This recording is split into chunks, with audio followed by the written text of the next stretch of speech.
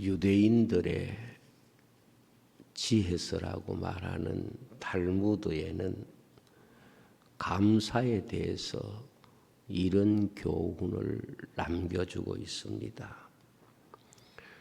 우리가 말하는 혀에 감사를 새기기 전에는 아무 말도 하지 말라.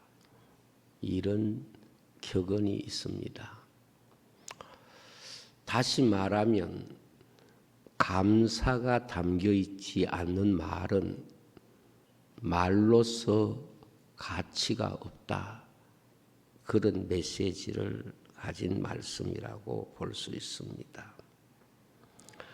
하나님은 우리에게 은혜를 주시고 그 은혜를 지키고 있는지 잃어버렸는지를 감사를 통해서 그것을 확인하시는 분이십니다. 그래서 하나님께서 이스라엘 백성들에게 주신 은혜를 매년 반복하면서 그 감사를 잊고 있는지, 감사를 마음에 품고 살고 있는지 그것을 알아보셨습니다. 그것을 확인하시는 분이십니다. 감사에 대한 글을 보니 감사에도 내성이 생긴다는 말이 있었고 너무 공감이 됐습니다. 사람은 아무리 큰 은혜를 입었다고 할지라도 시간이 지나면 감사의 내성이 생겨서 전에는 그렇게 감사했던 일들이 지금은 감사하지 않는 일이 되고 전에는 그렇게 감사했던 사람이 달라진 건 아닌데 지금 내게 그 사람을 위하여 감사하면서 사는가. 이런 생각을 해보면 감사만큼 강한 내성이 쉽게 생기는 것이 없겠구나 하는 생각이 듭니다. 감사를 잃어버리지 않는 유일한 방법은 감사를 하면서 사는 것입니다. 감사는 마치 불과 같은 것이어서 그냥 두면 식어지고 사그러지고 마지막에는 꺼져버리는 것입니다.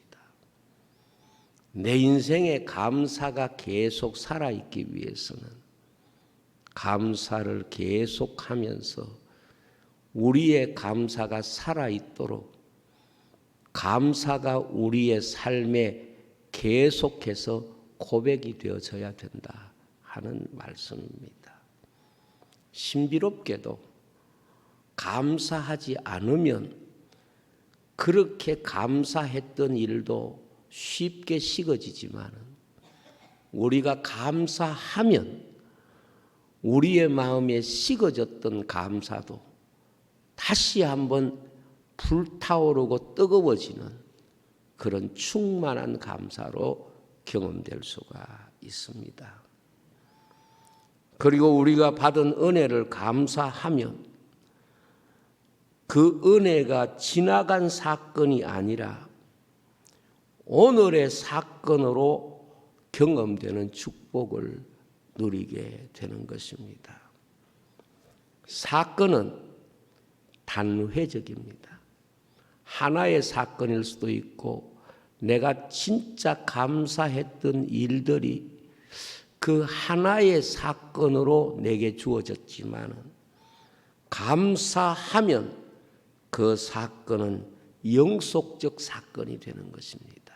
다시 말하면 살아있는 사건이 되는 것입니다. 그러므로 하나님의 은혜는 감사하지 않으면 메말라지고 시들어지고 아무런 열매를 맺을 수가 없지만은 감사하면 단비처럼 우리 인생을 키우고 풍성하게 하고 그리고 내 삶에 많은 열매를 맺게 하는 약속을 하나님은 감사 속에 담아 두신 것입니다. 주님께서 어느 날 이런 이야기를 하셨습니다. 한 사람이 임금님께 엄청난 빚을 졌습니다. 1만 달란트라고 하는 자신의 힘으로는 아무리 노력해도 갚을 수 없는 빚을 그것도 임금에게 졌습니다. 자기의 아내를 판다고 해도, 자기의 자식을 판다고 해도, 자기 자신을 종으로 판다고 하더라도 그 빚을 갚기에는 턱없이 부족한 엄청난 빚을 진 것입니다. 그 빚진 사람이 누구냐? 하나님 앞에 바로 우리의 모습입니다. 하나님 앞에 내 모습입니다.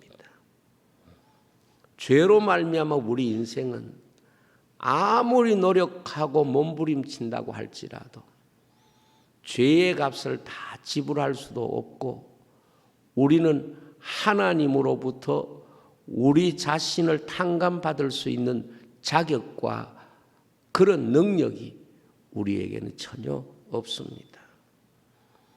다시 말하면 이 신하는 그 빚 때문에 그의 미래는 이미 사라져 버렸습니다. 그에게 미래라고 하는 것은 어떤 것도 자기의 임의로 할 수 없는 사라지고 잃어버린 미래였습니다. 그 신하가 유일하게 할 수 있는 것은 임금님의 긍휼을 입는 방법밖에 없습니다. 그런데 임금이 그 사람을 볼 때에 불쌍한 마음이 들었습니다. 이게 하나님의 구원의 중요한 출발점입니다.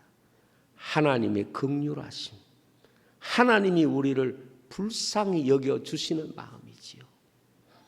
그래서 그의 빚을 다 탕감해 주면서 앞으로 열심히 살라고 부탁을 했습니다. 상상할 수 없는 은혜를 입었습니다. 그의 노력해서 얻어진 것이 아닙니다. 그야말로 거저 받은 은혜입니다. 그런데 임금은 그에게 이 엄청난 은혜를 베풀면서 임금이 기대하고 있는 그 신하의 한 가지 삶의 모습은 감사하면서 살면 좋겠다. 이것이 바로 임금이 그 신하에 대한 탕감의 조건처럼 주어진 것입니다. 그런데 이 신하의 이야기는 감사로 시작했지만은 그 받은 은혜를 지키지 못했습니다.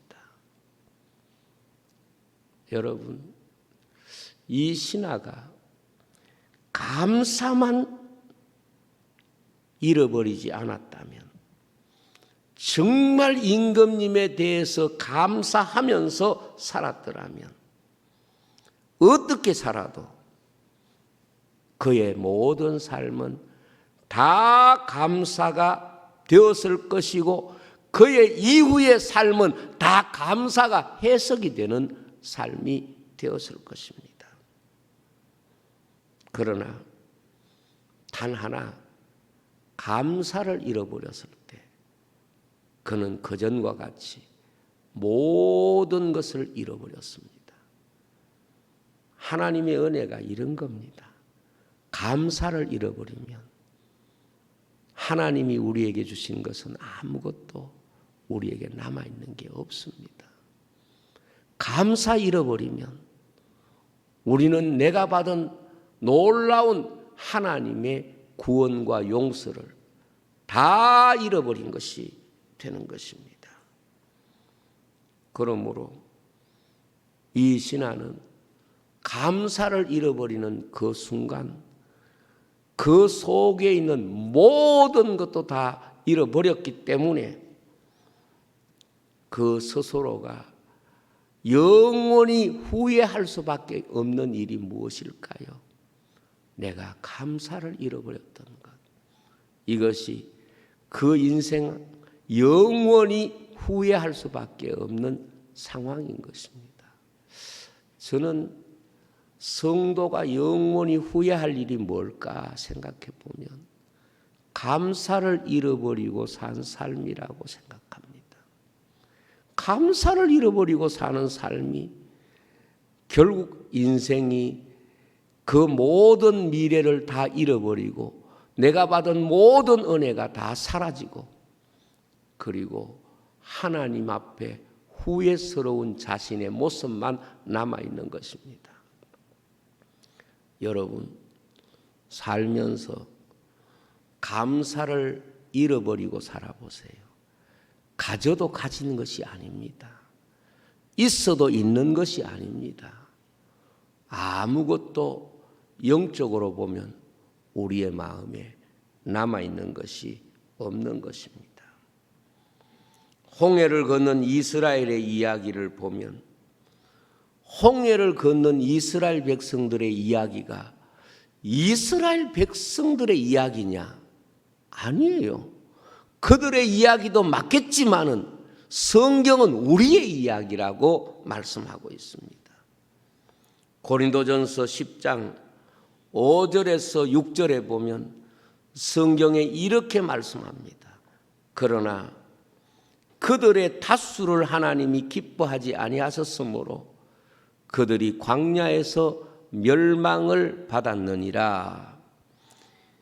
이러한 일은 우리의 본보기가 되어 우리로 하여금 그들이 악을 절개한 것 같이 절개하는 자가 되지 않게 하려 함이라 그랬습니다.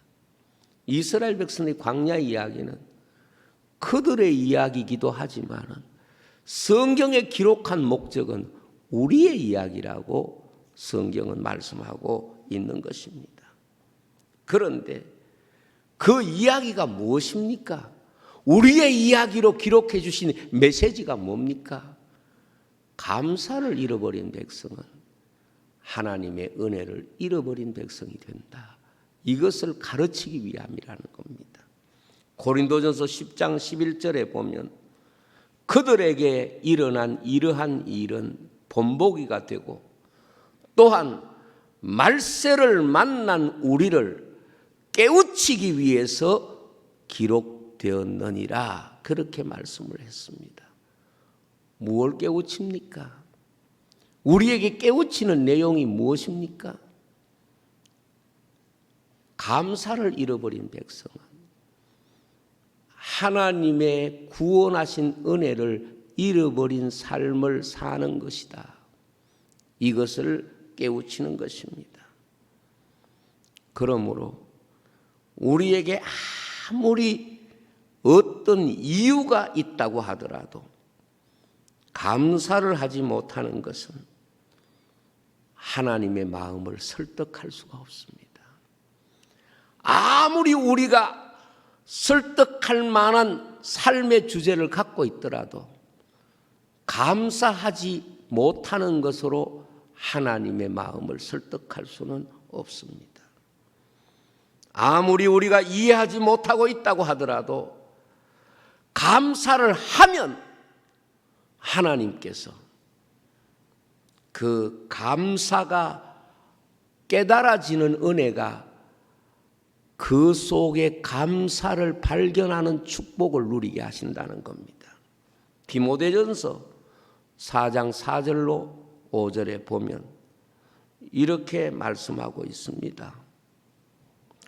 디모데전서 없습니까? 예, 지나가겠습니다. 나와 있네요.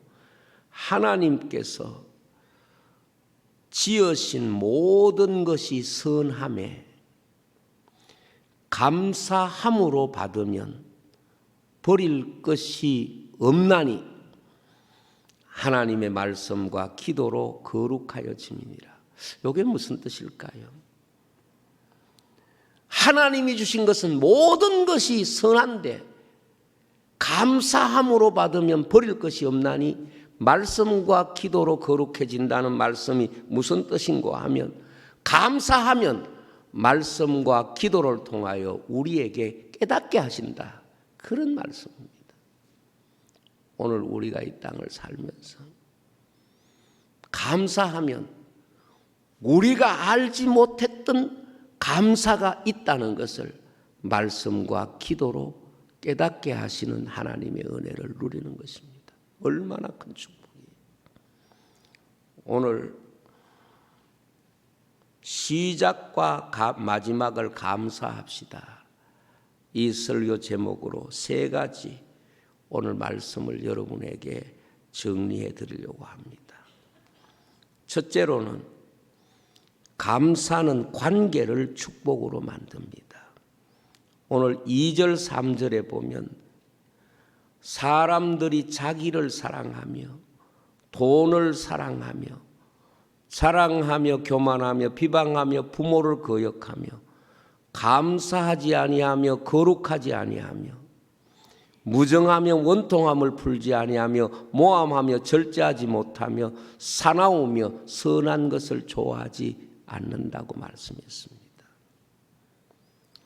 사람에게 감사가 사라지면 관계가 다 무너집니다.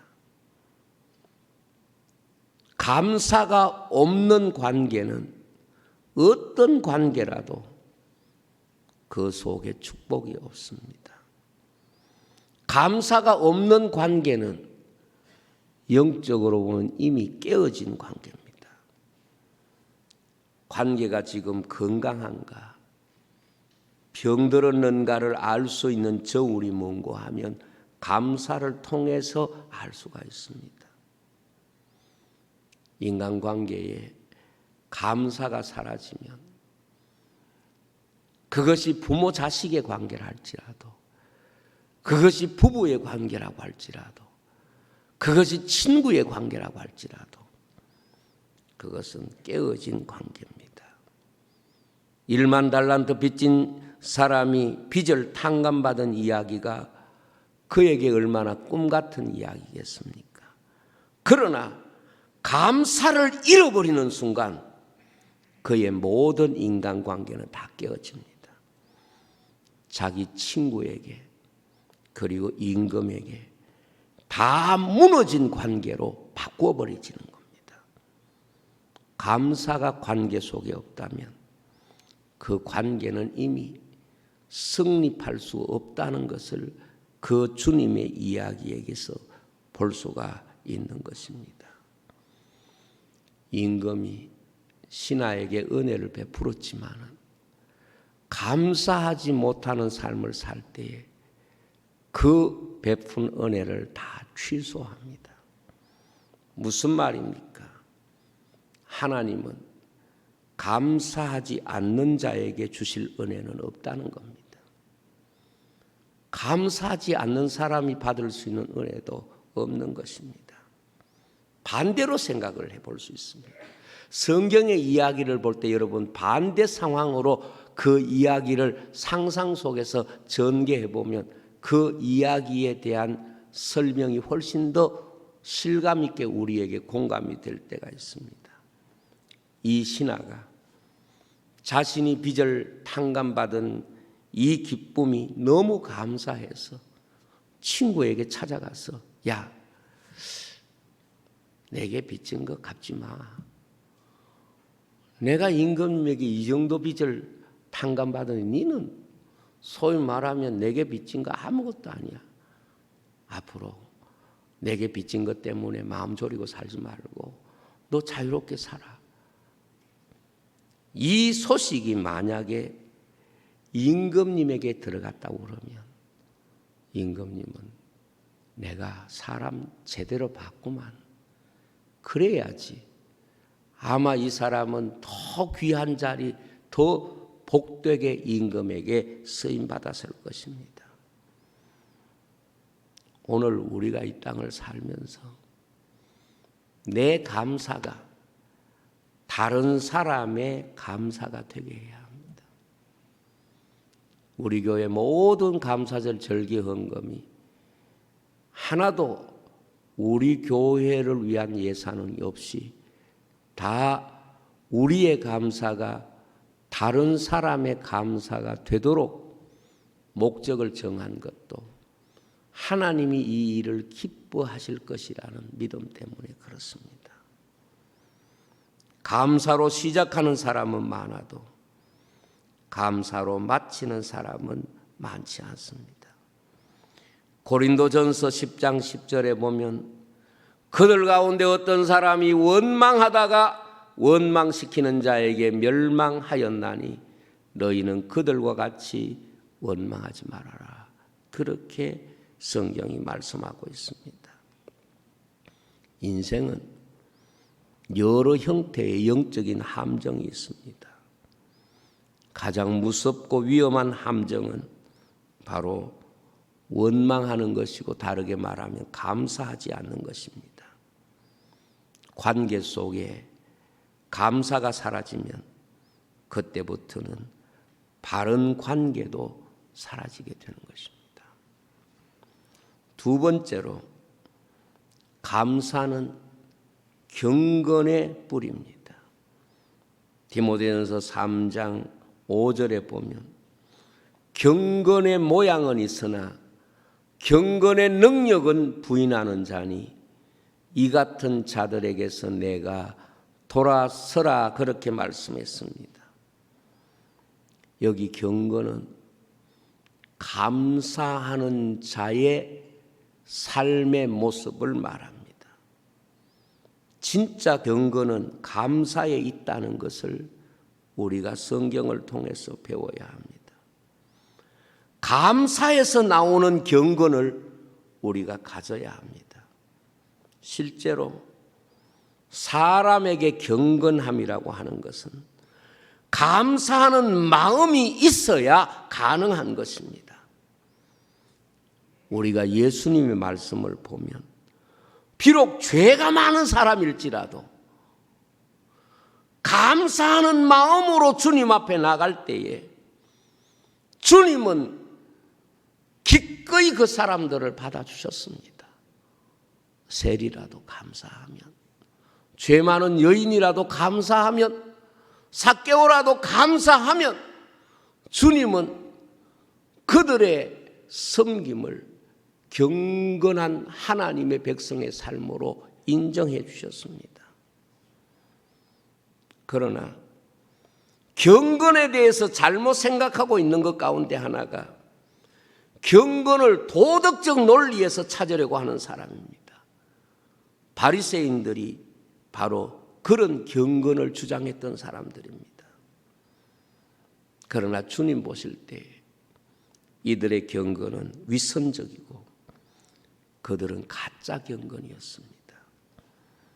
경건의 모양은 있으나 경건의 능력은 부인하는 자들이고 이들에게서 돌아서라고 말씀하고 있습니다. 여러분, 감사는 경건의 능력입니다.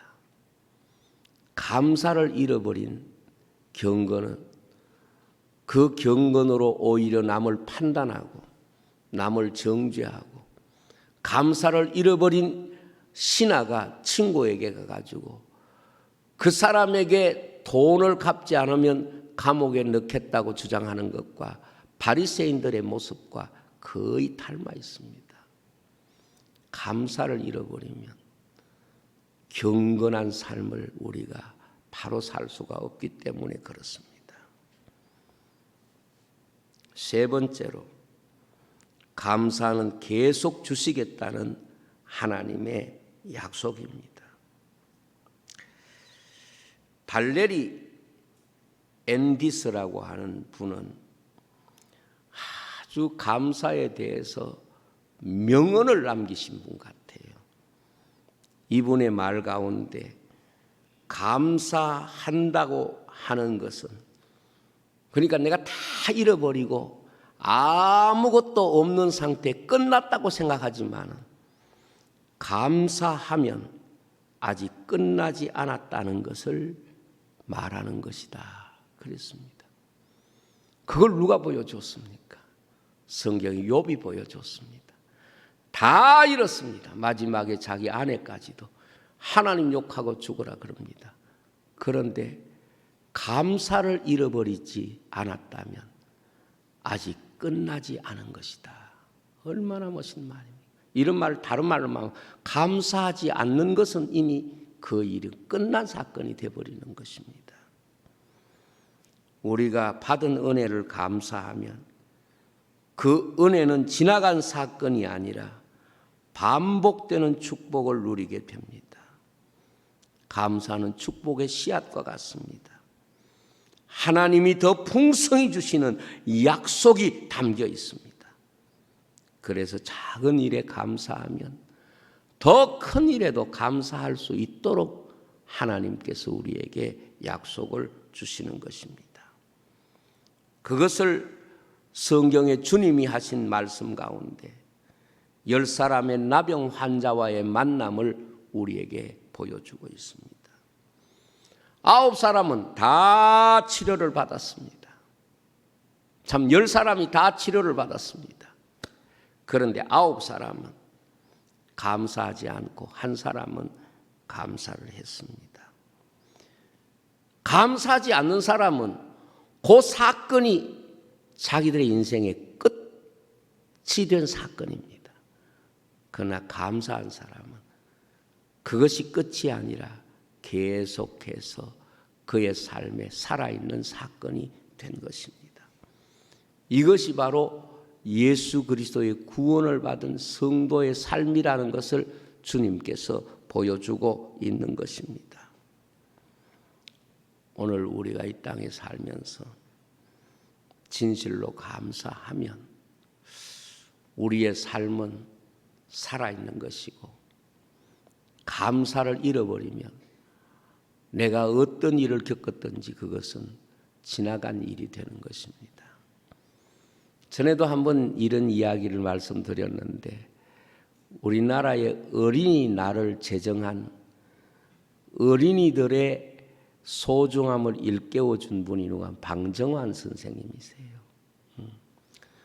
이분이 집에 강도가 들었는데